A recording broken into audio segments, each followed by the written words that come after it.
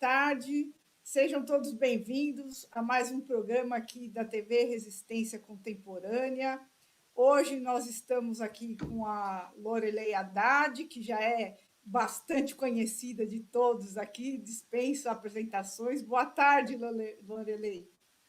Tudo bom, Liana? Boa tarde, comunidade da TV Resistência. Boa tarde, pessoal da Rádio Transforma e da Revista em Comunidade. Estamos aqui hoje, num momento especialíssimo, para a gente desvendar esse fla-flu que está, essa PEC do Supremo.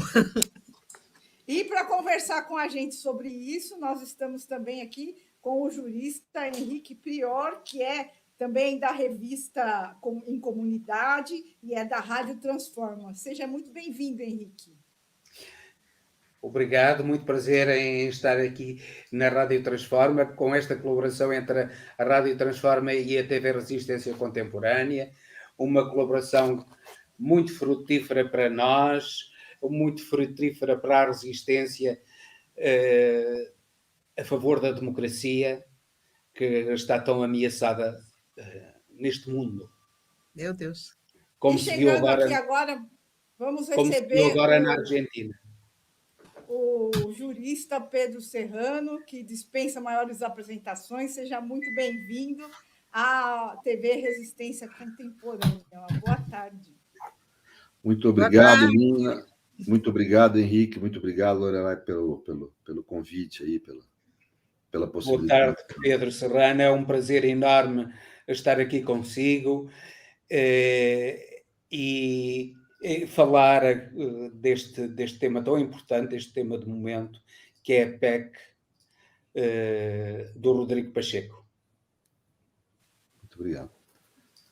É uma honra para nós tê-lo conosco. A gente precisa trazer esse assunto aqui, é um programa especial extra aqui do nosso canal, porque é um assunto que está em pauta nesse momento, essa PEC que acabou de ser aprovada no Senado e que está gerando muitas controvérsias aí. O que nós estamos vendo é o apoio da extrema-direita a essa PEC, vários ataques ao STF. Então, a gente precisa muito discutir mais sobre isso para esclarecer aos nossos ouvintes aqui, e para isso que nós estamos aqui hoje, para conversar e ouvir os juristas a respeito desse assunto. Não é, Lorelai? Passo para você, então, agora.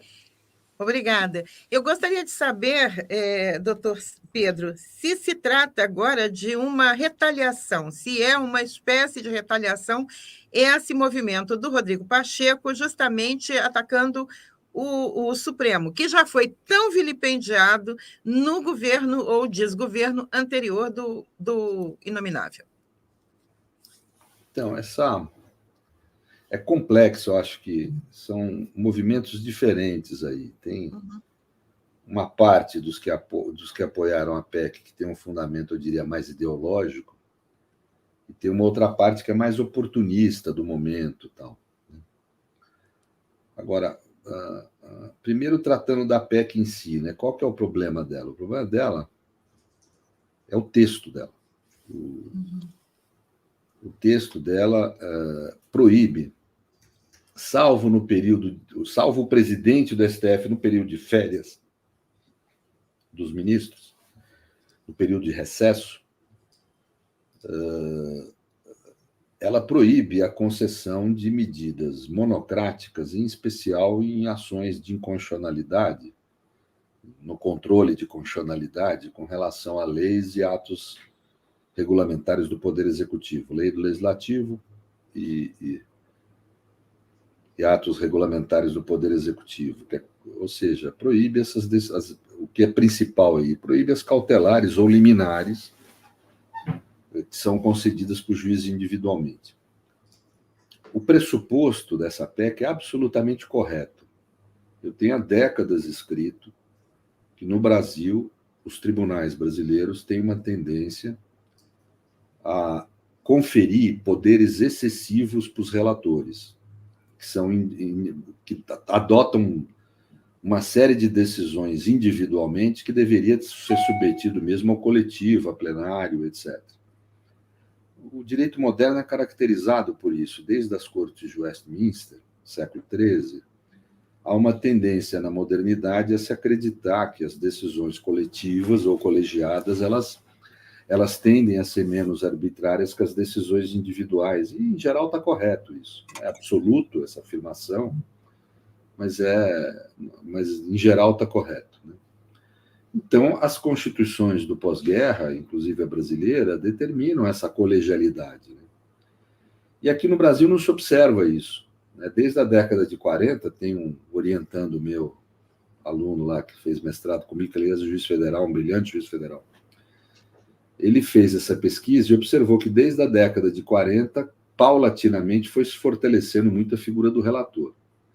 Para vocês terem uma ideia, no Brasil é o único país do mundo em que um ministro, isoladamente, pode suspender a eficácia de uma emenda constitucional aprovada por 3/5 do parlamento, que foi eleito. Então, realmente, como competência, é algo estranho no mundo, né? Mas, mesmo assim, isso é o pressuposto. Então, a PEC, ela usa de um pressuposto correto para realizar coisa errada. Isso não é novo na extrema-direita. Mas só uma pergunta, Pedro Serrano. Mas as decisões monocromáticas não podem ter recurso para o colegiado, para um grupo de ministros que decidem em conjunto? Eu faço um paralelismo com Portugal, em que aqui chamam-se juízes do Supremo Tribunal de Justiça, podem proferir eles decisões, uma decisão monocrática, digo, e se uma das partes não ficar satisfeita com essa decisão, pode requerer que seja levada a um conjunto de juízes, 3 juízes, para decidirem. E depois até pode, em determinados casos, suscitar que ela vá à totalidade da secção civil ou criminal do Supremo. Portanto... mas, veja, aqui no Brasil também, mas como é controle de constitucionalidade, que são ações abstratas de constitucionalidade, o regimento prevê, inclusive, que a liminar concedida pelo juiz individualmente seja automaticamente levada a ele para o plenário para que seja referendada. Isso é uma mudança recente no regimento do Supremo. Se eu puder explicar tudo o que eu penso, que o tema é um pouco complexo, aí fica claro, né? Sim, por favor. Então, o pressuposto ele é correto. No Brasil, realmente, há uma tendência a ter um poder excessivo dos relatores, não só no Supremo, né?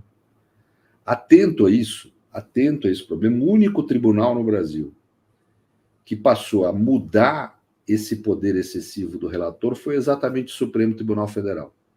A ministra Rosa Weber, quando presidente, promoveu uma reforma que trouxe alguns elementos importantes. Um deles, por exemplo, doutor Henrique, que determina que, ao conceder uma decisão monocrática cautelar numa ação de controle de constitucionalidade, o ministro automaticamente leve para confirmar independente das partes, leve essa decisão para confirmar no plenário do Supremo.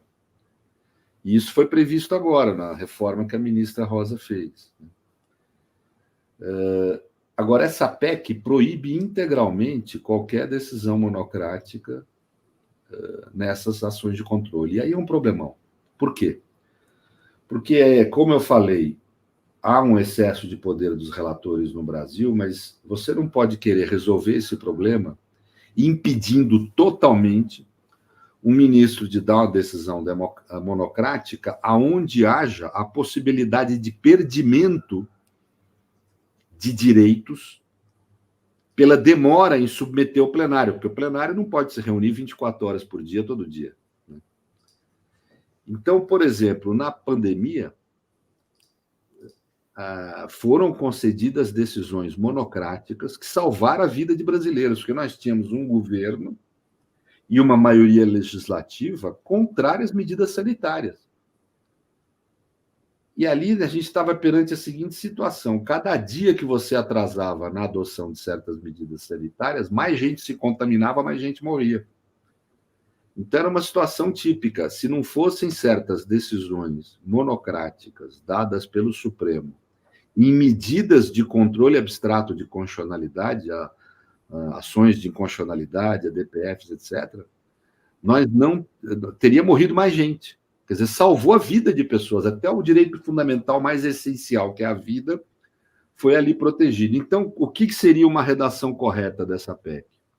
Como regra geral, não poder dar decisão monocrática, a decisão tem que ser do plenário nas ações de inconstitucionalidade, isso não é razoável, mas aonde houver risco de perda irreparável de direitos fundamentais, aí justifica haver uma decisão monocrática que daí seria submetida na primeira sessão plenária pelo próprio juiz que concedeu, que não precisa nem a parte recorrer.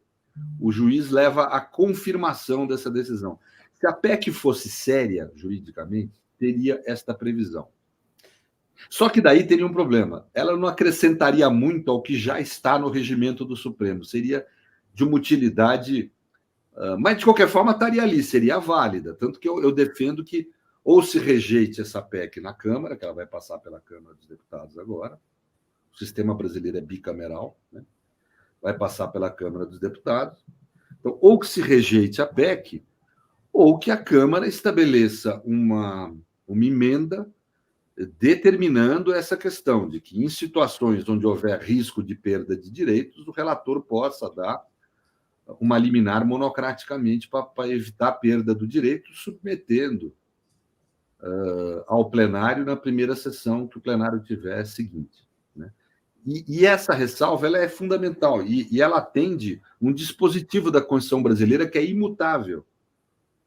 Por isso é que essa PEC for tomada, literalmente, ela é inconstitucional, porque o artigo 5º, que é a cláusula pétrea, não pode mudar, nem pode ser reduzido, nem pode ser restringido, diz que todos nós não podemos ter direitos que não sejam salvaguardáveis pela jurisdição.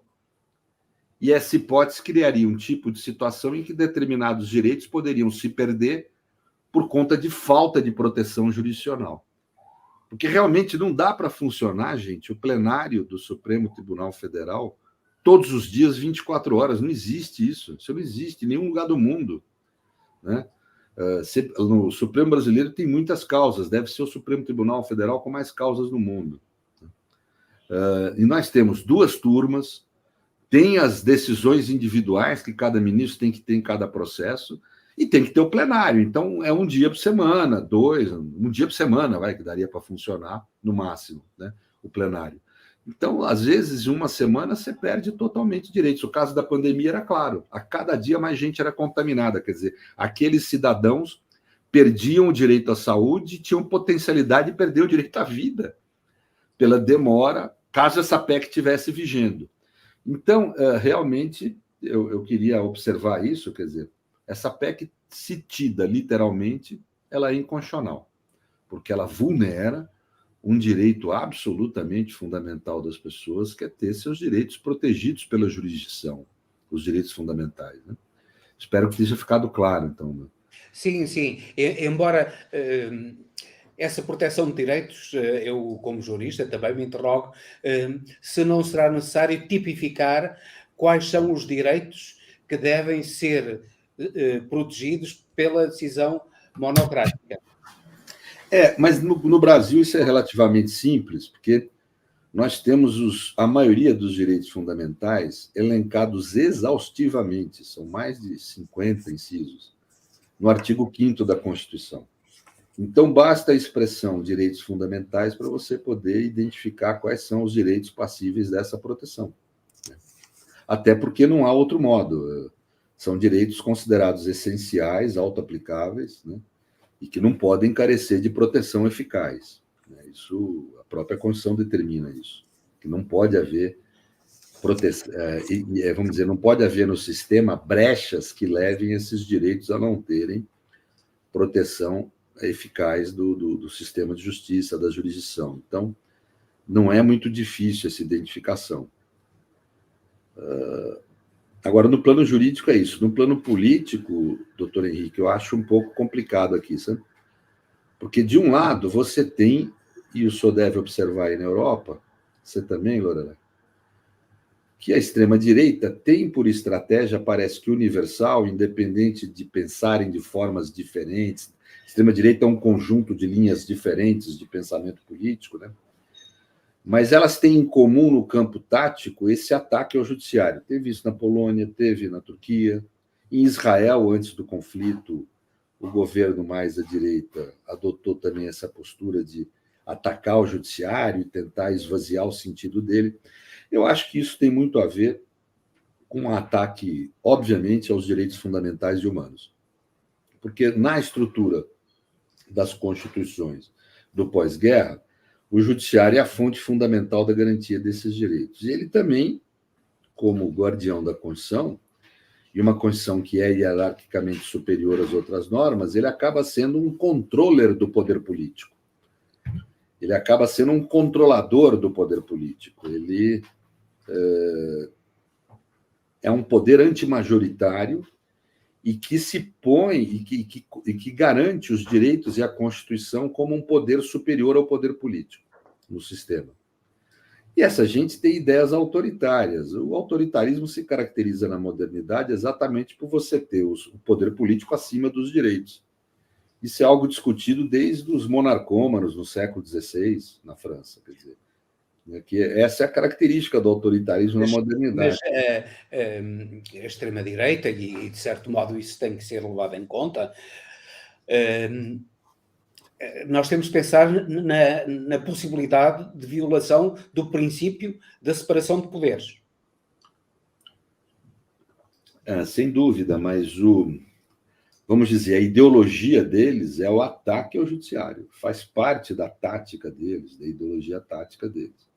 Porque, no fundo, é uma forma de você destruir a democracia, como ela está posta hoje, a democracia constitucional. Então, é uma estratégia. Eles têm isso em todos os países. Então, uma parte dos parlamentares aí agia por conta dessa ideologia. E aqui no Brasil, eu não sei como é que está em Portugal, mas aqui no Brasil se criou um forte ambiente de crítica ao STF, produzido por esse agenciamento ideológico da extrema-direita, né?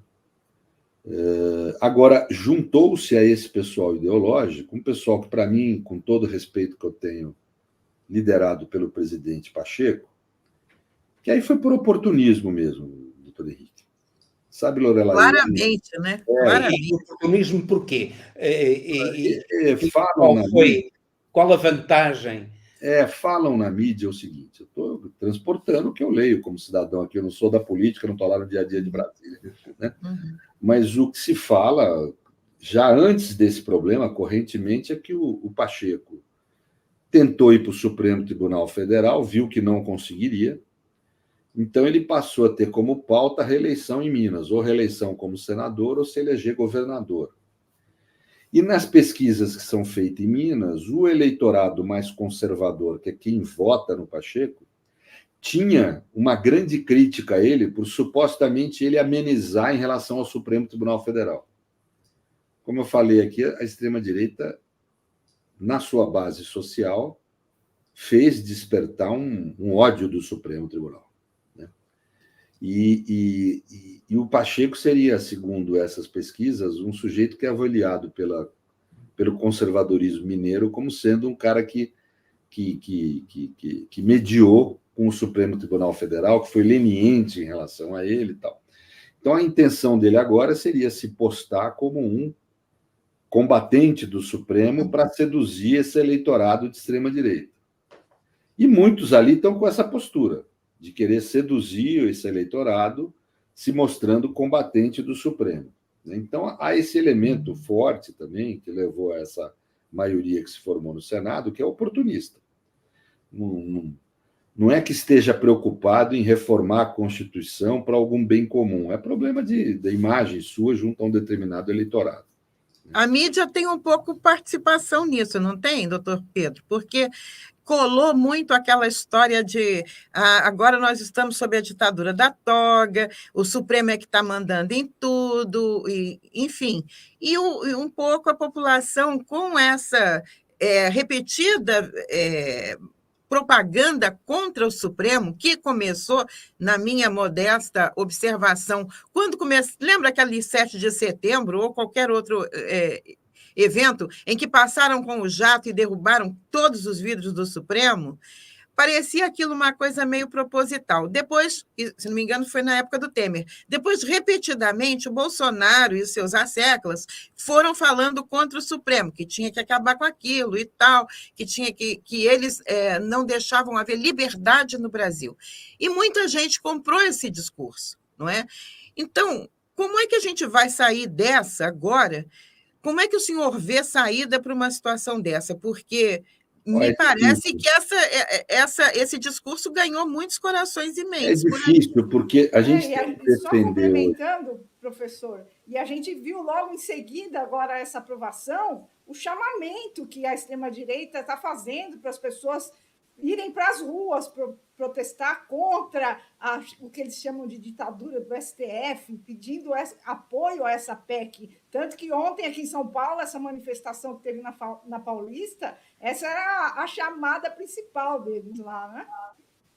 Então, mas isso é difícil, porque a gente tem que proteger o STF como instituição dessa extrema-direita agressiva, porque proteger o STF é uma forma de proteger a democracia. Defender o STF é defender a democracia. E tem que defender o STF dos erros da esquerda e dos erros dos seus próprios ministros, por incrível que pareça. Por exemplo, uma vez aprovada a PEC, o que deveria fazer o Supremo? Se aquieta. Espera o momento para se manifestar. Vai ter oportunidade de se manifestar como Corte Constitucional. O que faz alguns ministros do Supremo? Vão para a mídia,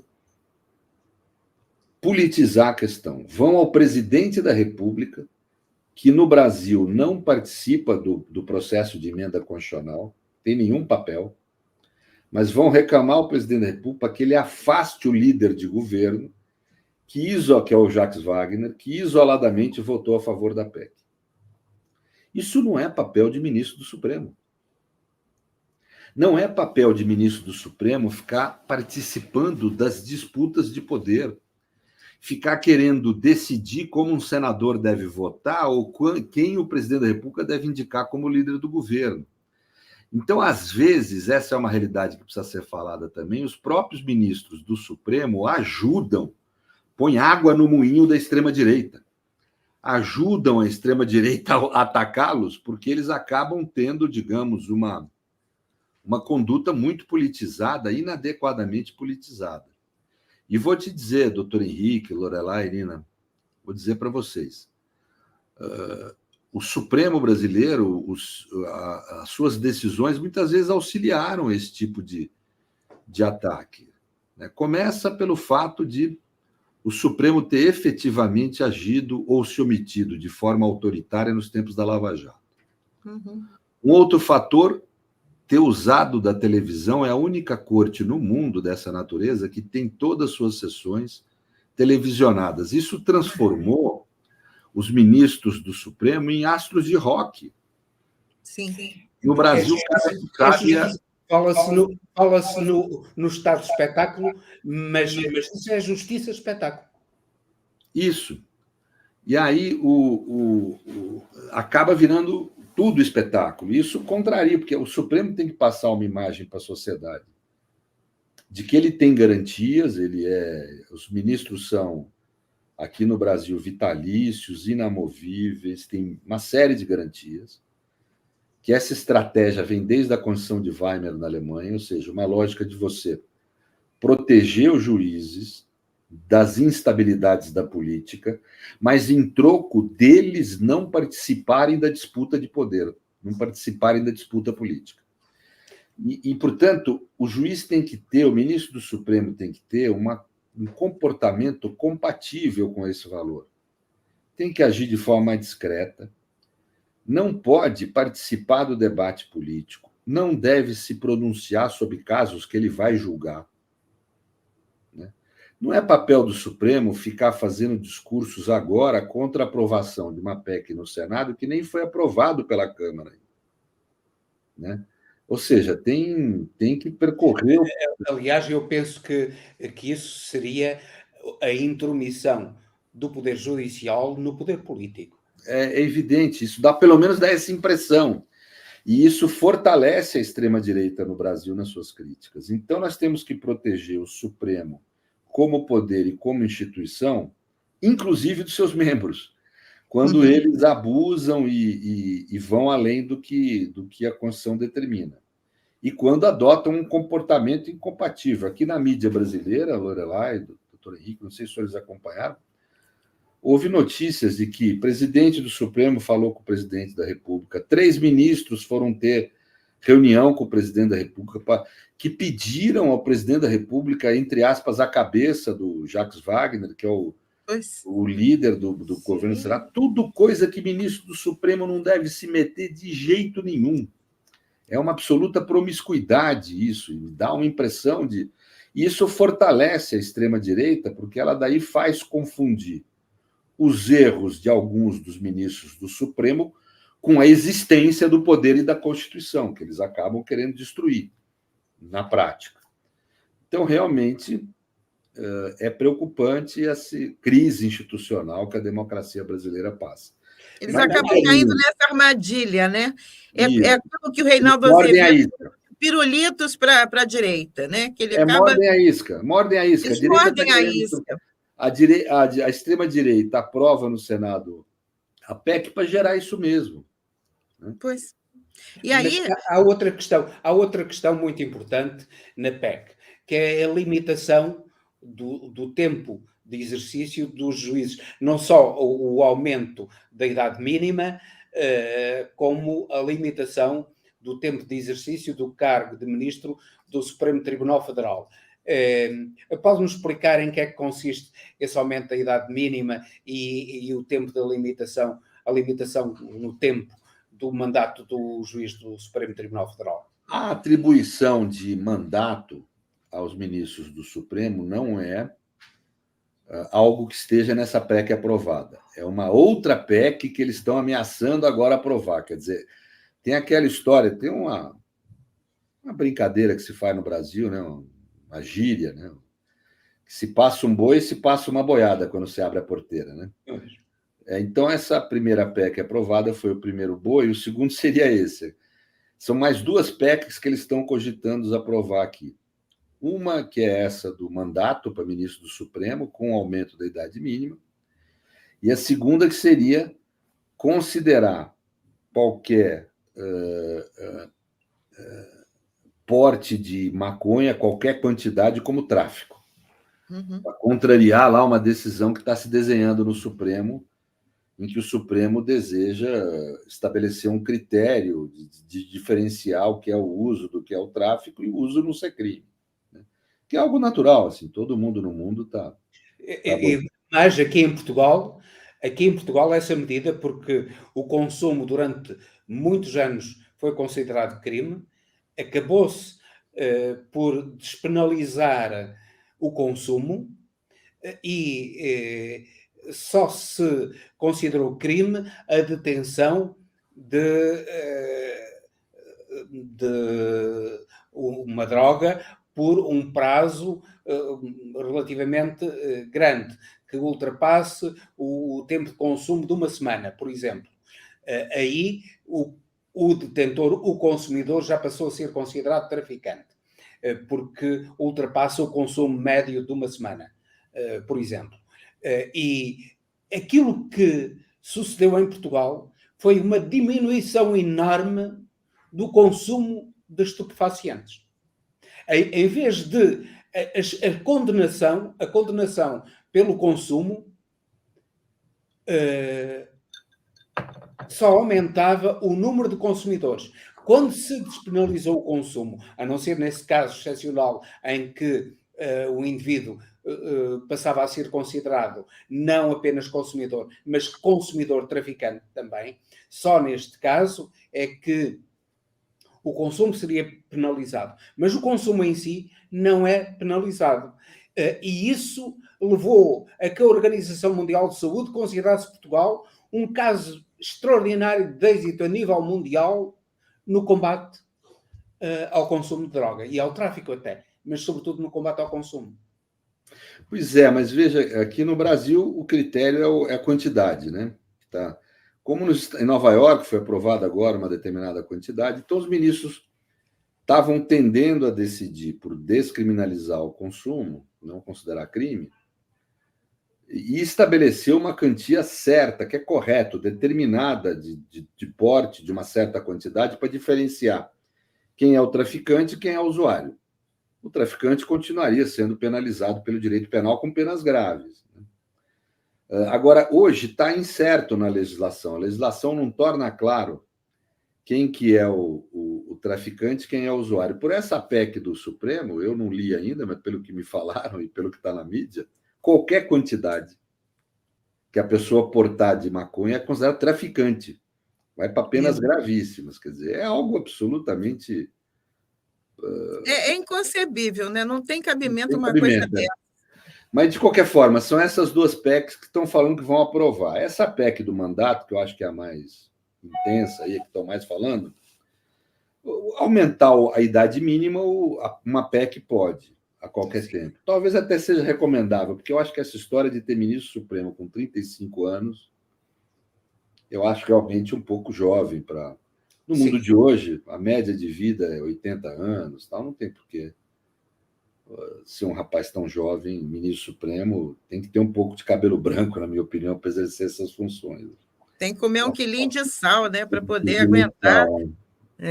E eu acho que... Porque, senão, a gente vai começar a ver no país um fenômeno muito ruim, na minha opinião. Está uma tendência a nomear ministros jovens agora. Nós vamos começar a observar gente que vai usar o Supremo como trampolim para a carreira como advogado, para ganhar dinheiro. Vamos ser aqui. Deveria ser a porta giratória. Então não deveria ser o contrário. A gente tem que ganhar dinheiro, como dizia o Santiago Dantas, né? Foi um importante ministro brasileiro, a pessoa como é que fala, estuda até os 25, dos 25 aos 50 ganha dinheiro, depois vai se dedicar para a comunidade. Então, o Supremo tinha que ser a dedicação para a comunidade do tempo mais maduro do sujeito, onde a produção dele é mais requintada no sentido do tempo, né? Mas, então, acho que até aumentar, não acho uma má ideia, só que eu acho que é errado mexer nisso agora. Qualquer mexida agora vai significar ataque ao Supremo. O mandato de ministros, eu acho difícil sustentar, porque a Constituição brasileira, vamos dizer, prevê um certo equilíbrio entre os poderes que seria alterado pelo mandato. Para mim, eu sou a favor até de haver uma corte constitucional no Brasil, não ligada ao Poder Judiciário, diferente do que é hoje, com mandatos. Mas isso teria que ser uma reforma de Estado, talvez feita por... É isso que existe em Portugal. É isso que existe em Portugal, com mandatos. Isso, talvez feita com uma constituinte específica para isso. É outro debate para outro momento histórico. Sim, implicado. Agora não é nada além do que uma forma de agredir o Supremo, de tentar destruir o Supremo. Nós não podemos entrar nesse papo da extrema-direita. A extrema-direita, desde a época do nazifascismo, pelo menos até aí, pelo que eu me lembro, ela tem críticas, muitas vezes corretas à democracia, se você for ver a crítica isoladamente, mas que, em vez de ser feita para melhorar a democracia, é feita para destruir a democracia. Pega Carl Schmitt, que foi um grande pensador do Estado nazista, pega aquele livreto dele, Crise da Democracia Parlamentar, algumas críticas que ele faz ali são corretas. Muitas vezes o representante que é eleito representa muito mais os seus interesses do que dos que o elegeram. Isso é verdade, muitas vezes isso ocorre. Muitas vezes a democracia demora para tomar decisões. Tem uma certa demora. Só que ele usava essas críticas não para poder melhorar a democracia, mas para poder destruí-la. Sempre foi um pensador de um Estado totalitário. É o que a estratégia da extrema-direita hoje. Ela muitas vezes pega críticas consistentes, reais à democracia brasileira, mas não para melhorar a democracia, para destruí-la. A preocupação deles não é melhorar a jurisdição brasileira, senão teria um grande projeto de reforma do sistema de justiça, pensado para frente, englobando todas as grandes questões. Não, eles atacam pontualmente para criar um discurso midiático, um espetáculo, como fala o doutor Henrique, um espetáculo destrutivo da jurisdição, do Supremo e da democracia. O caso mais evidente é o caso do ataque à corrupção. aquilo que eles querem, os indivíduos da extrema-direita, isto é uma experiência histórica, a corrupção foi o apanágio dos regimes fascistas, não é? Foi, no nazismo. Eram anticorrupção, antijudeu, anticomunista. Eram as três coisas, né? Portanto, eles atacam a corrupção precisamente com razão. Há muita gente no sistema democrático corrupto e os cidadãos sentem que existe corrupção, percebem que existe corrupção no sistema democrático, mas aquilo que eles fazem é precisamente para fazerem eles a corrupção e fazerem eles a corrupção às escondidas, porque depois proibiriam que sob o manto da probidade, né? Fosse investigada e fosse noticiada. Isto é, eles invocam um argumento justo, que é o combate à corrupção, mas para utilizarem de uma maneira enviesada e serem eles os corruptos. Sim. E corruptos de uma corrupção impune. Claro. Sempre impune. E tem uma outra questão, doutor Pedro, que é a questão do pedido de vistas, né? Que o Pacheco também disse que quando se pede vistas no Supremo não se tem data para entregar. Mas isso já não foi reformado pela ministra Rosa? Então, essa é uma questão interessante. Essa PEC, no que ela pode ter de bom, ela não é nova. No que ela tem de nova, ela não é boa. Quer dizer, então, a ministra Rosa já estabeleceu duas regras fundamentais na reforma dela. Uma, o ministro que concede uma decisão monocrática, liminar, ele é obrigado a submeter essa decisão ao plenário na primeira sessão seguinte. Independentemente, doutor Henrique, de recurso da parte. Ele firma a decisão dele no plenário. É uma regra extremamente democrática. E o segundo elemento, ela já estipula prazo para ver as decisões. Ela já estipula prazo, né? Que, obviamente, ela estudou esse prazo face à rotina do Supremo, que é um Supremo absolutamente atípico em termos mundiais. A quantidade de casos que o Supremo Tribunal Federal tem no Brasil é inaudita, não existe nada semelhante no mundo. Me lembro que uma vez um site brasileiro, o Conjuro, soltou a matéria dizendo não, é a corte italiana que tem mais. Aí esse juiz que fez essa pesquisa que eu falei que eu orientei, ele mostra claramente no trabalho dele como de longe, mas muito de longe, o Supremo Tribunal Federal, o processo é a Corte Suprema com maior quantidade de processos nas democracias do mundo. Não há nada comparável. Então, obviamente, os prazos que a ministra estabeleceu é feitos com base nessa realidade. A PEC procura apresentar prazos da conveniência e oportunidade do sujeito que está de fora, não está ali trabalhando. Mas, de qualquer forma, o estabelecimento de prazo já foi feito no regimento do Supremo, né? Como também a necessidade de submeter medidas urgentes, né, medidas liminares, à confirmação do plenário. Existem ministros que estão abusando dessa prerrogativa de decisão monocrática? Existe. Como eu falei, o Supremo também tem que ser defendido dos seus próprios ministros, dos seus próprios membros. O Supremo como instituição. Existe. Agora, isso não se resolve por PEC, isso se resolve pela crítica, né? Se o abuso no uso de decisões monocráticas tiverem uma intenção desviada de beneficiar indevidamente alguém, o ministro pode ser, inclusive, objeto de impeachment no Brasil. Ele pode ser retirado pelo Senado. O Senado pode retirar o ministro.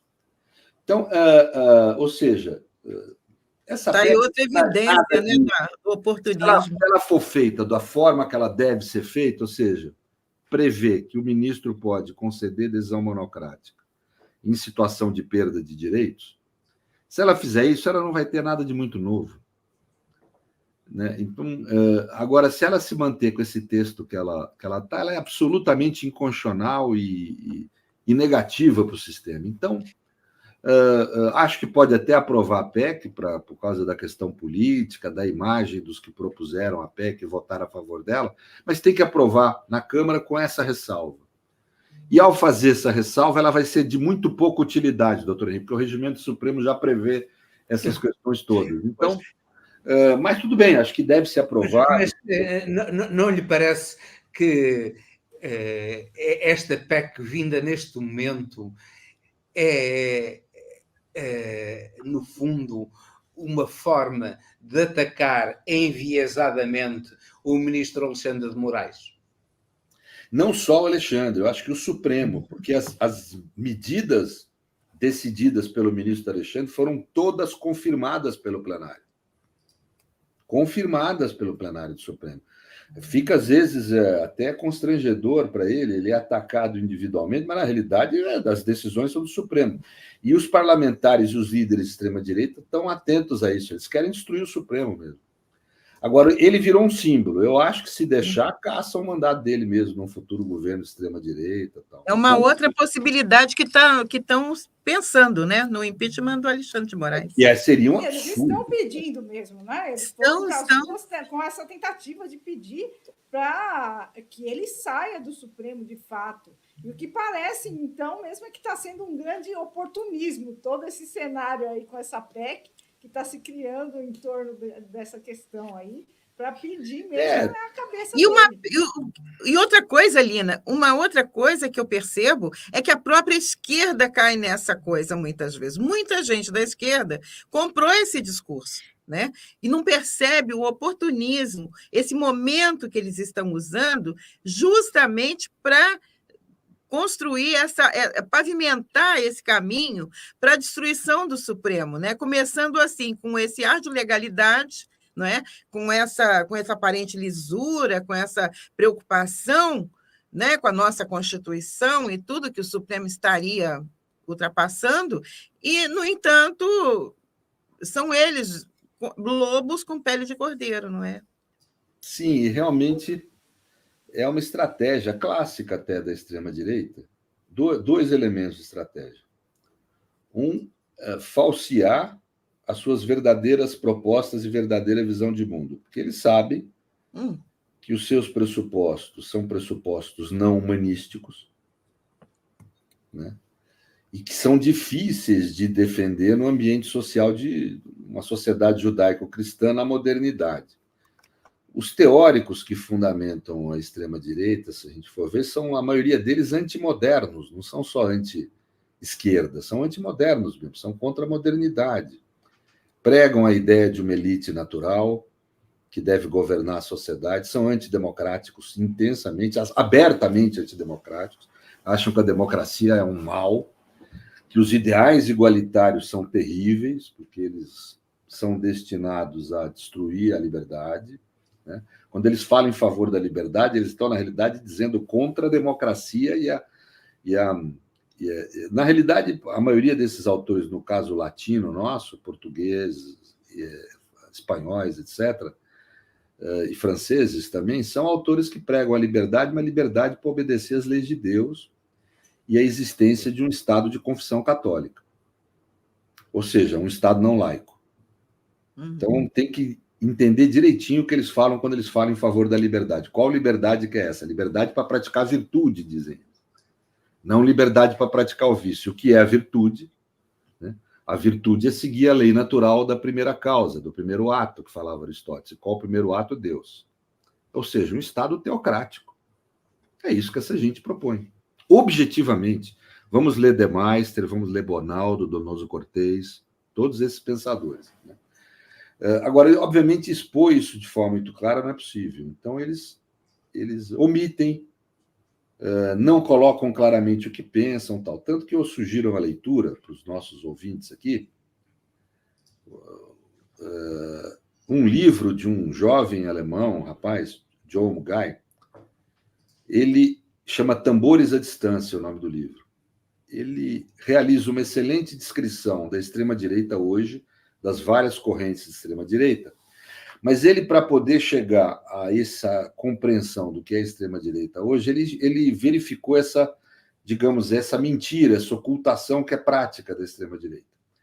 Então, ele realizou como método de pesquisa algo absolutamente inusual na vida acadêmica, que foi a infiltração.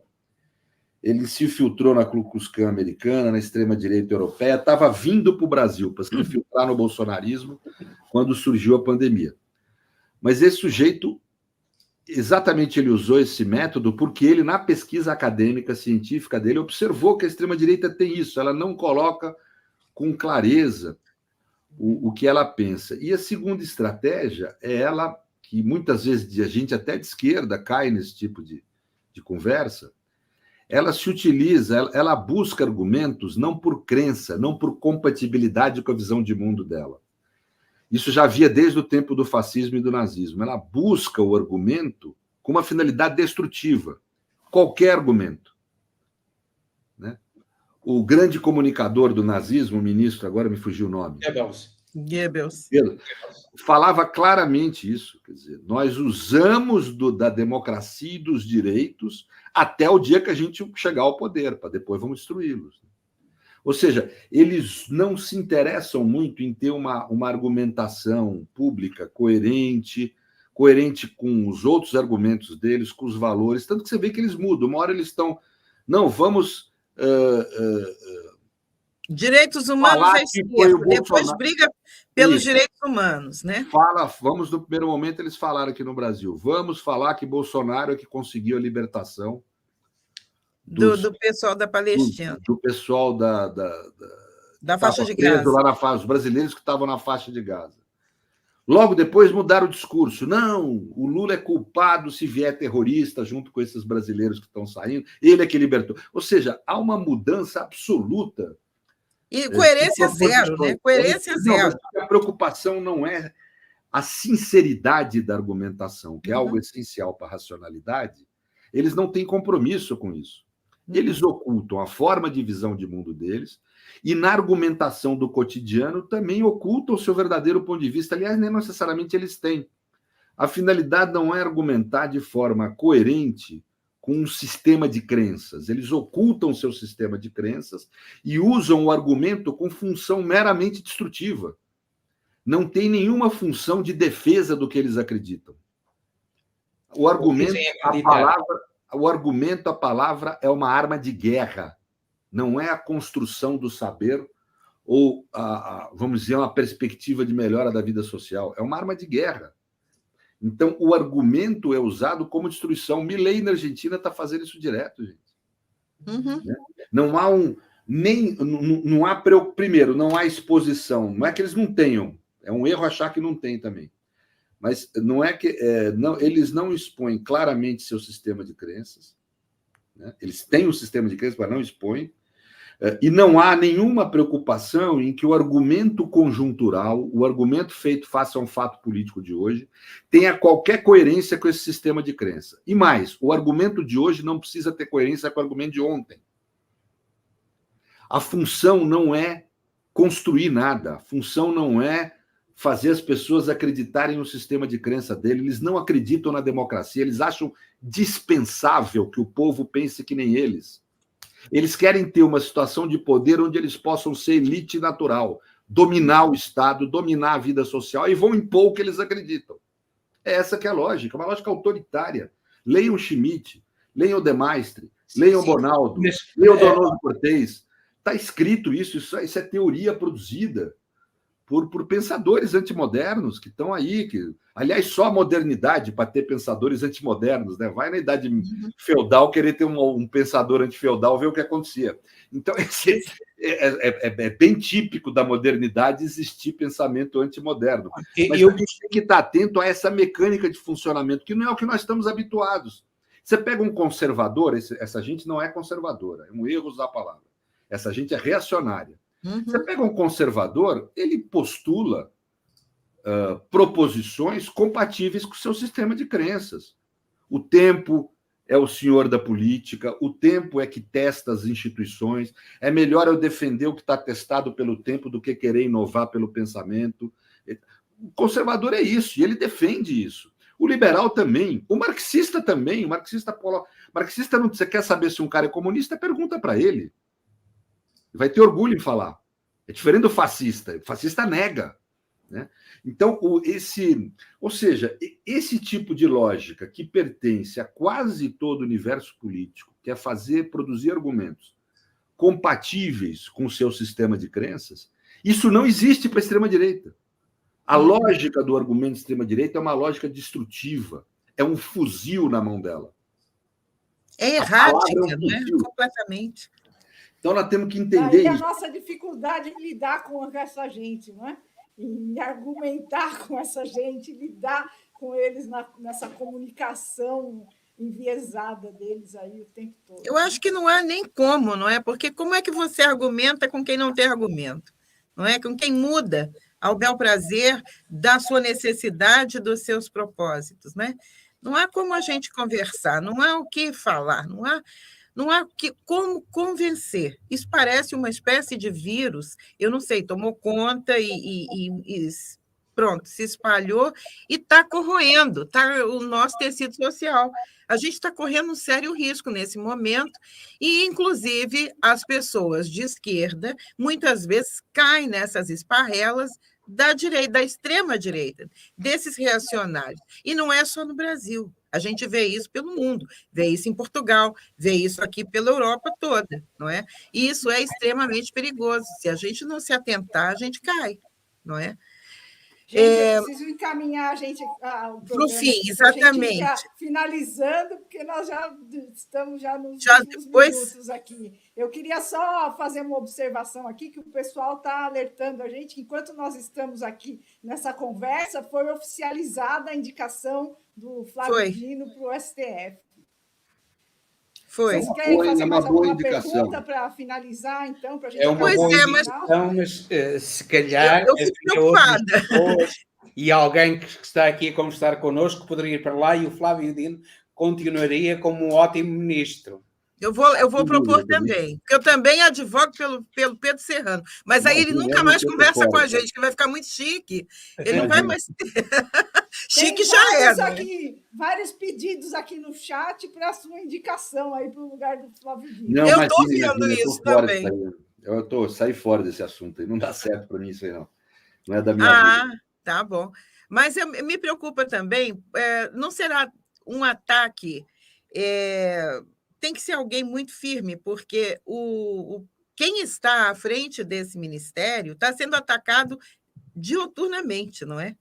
Porque o tanto que o narcotráfico, os milicianos se infiltraram no Brasil, nos diversos níveis de poder, como é que a gente vai se livrar desse pessoal que eu acho que o Dino estava fazendo bem, mas, olhando daqui, eu acho que estava conduzindo muito bem.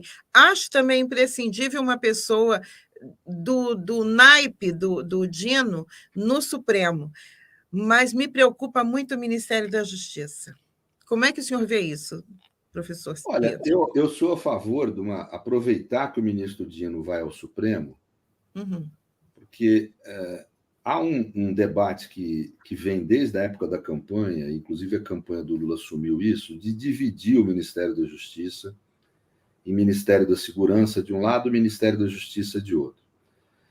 Esse debate foi engolido pela pessoa, vamos dizer, pela grandeza do ministro Dino. É um ex-governador de Estado, senador, um grande juiz, com muito boa formação jurídica. Quer dizer, não havia sentido pegar um quadro desse tamanho, vamos dizer assim, dessa proporção, e colocar num ministério mais reduzido do que é o Ministério da Justiça hoje. Então, isso adiou a discussão.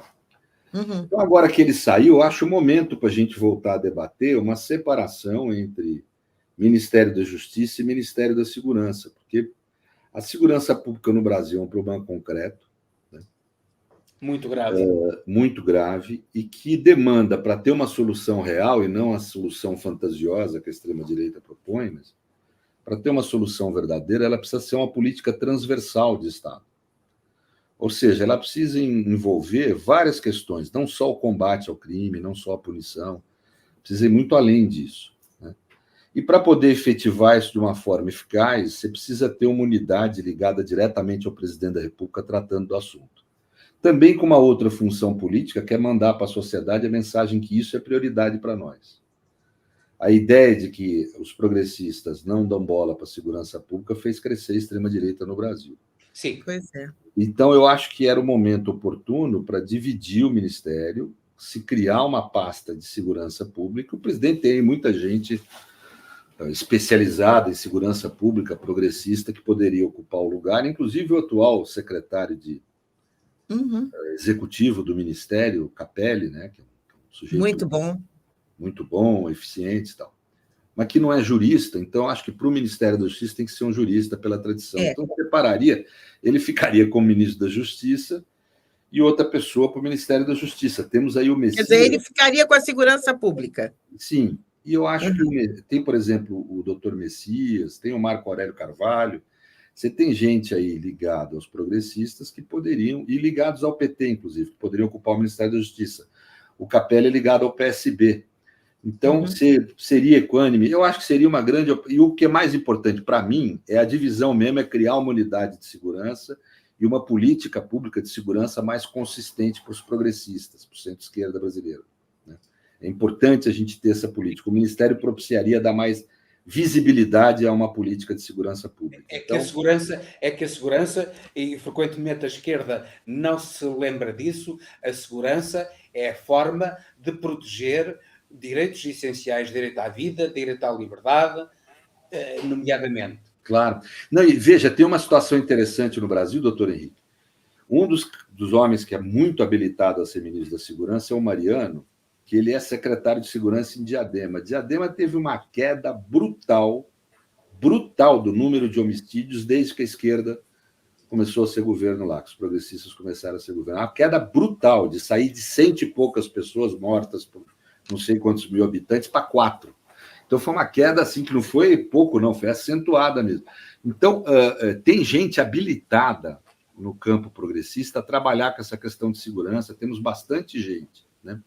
Então, e, inclusive, o presidente vai ter uma fartura para poder escolher, tem muitos quadros para ele poder escolher um. O mais importante para mim era que ele fizesse uma separação entre os ministérios, aí. Isso é o mais relevante, na minha opinião. Aproveitasse a saída do governo para fazer essa divisão. Mas se não fizer, tudo bem, não é também uma questão... Tá bom, gente, muito obrigado pelo convite. Muito obrigada. Obrigada por aceitar, né? Obrigado a você. Pedro Serrano, Henrique, Lorelei, muito obrigada a todos do chat. Até logo, muito obrigado. É um prazer ouvi-lo. É um prazer estar consigo. Uma aula. E é uma aula. A Rádio Transforma e a Revista em Comunidade, obviamente, com a TV Resistência Contemporânea, agradecem muito a sua disponibilidade. Eu que agradeço muito, doutor Henrique, Lina, Lorelai, é um prazer imenso estar com vocês aí. Muito obrigado. Igual. Muito obrigada, gente. Fiquem agora às 15 horas com o Gilberto Martins e o Brasil ao vivo. Tchau. Até logo.